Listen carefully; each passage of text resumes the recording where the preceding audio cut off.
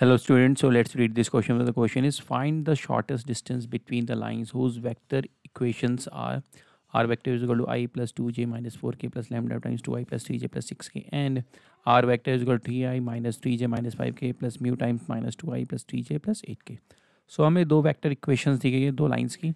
सो हमें उसका क्या निकालना है, इन दोनों के बीच में शॉर्टेस्ट डिस्टेंस निकालना है. ठीक है, तो सबसे पहले आप देखिए वेक्टर इक्वेशंस हैं हमारे पास. अगर मैं इनके डायरेक्शन वेक्टर्स को कंपैरिजन करूं तो ये दोनों पैरेलल नहीं है ना. Direction vector 2i plus 3j plus 6k, क्योंकि 2 डिवाइडेड माइनस 2, 3 डिवाइडेड बाई 3 जो कि -1 नॉट इक्वल टू 1 होता है, तो ये पैरेलल तो नहीं है. तो इसका मतलब ये स्क्यू लाइन वाला हमारा फॉर्मूला अप्लाई होगा. हम जाने distance between two skew lines क्या होता है हमारा, क्योंकि पैरेलल की तो स्क्यू हो जाएगा 3D में. तो d is equal to skew भी इंटरसेक्टिंग में कन्वर्ट होगा अगर डिस्टेंस हमारा डी जीरो आ जाता है. ठीक है, तो ये क्लियर रखिए माइंड में.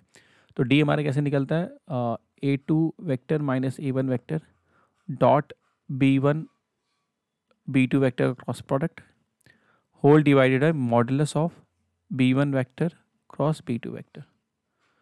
चलिए तो निकालते हैं. सबसे पहले हमारा यहाँ पे A1 है, A1 वेक्टर है हमारा I plus 2j minus 4k.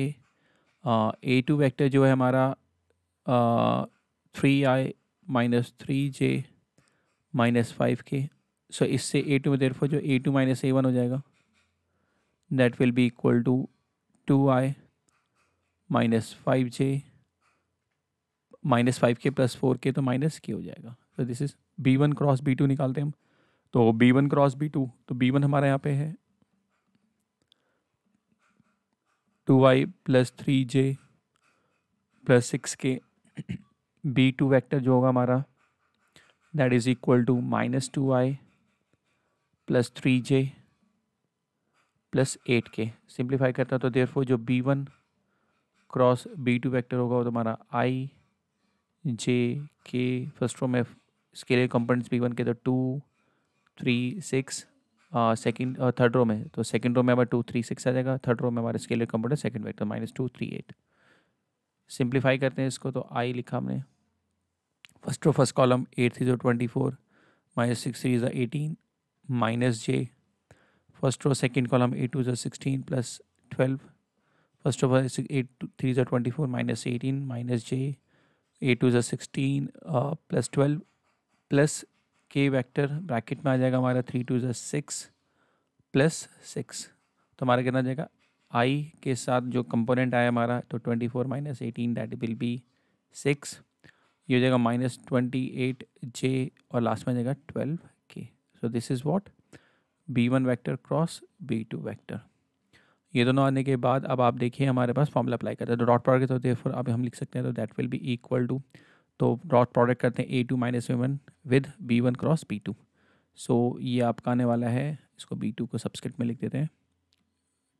Okay, so that will B 2 into 6 that is 12. यहाँ पे आप देख रहे हैं 2 इंटू 6, फिर माइनस 5 इंटू माइनस 28 और फिर प्लस में minus 1 into 12 whole divided by इनके स्क्वायर का सम.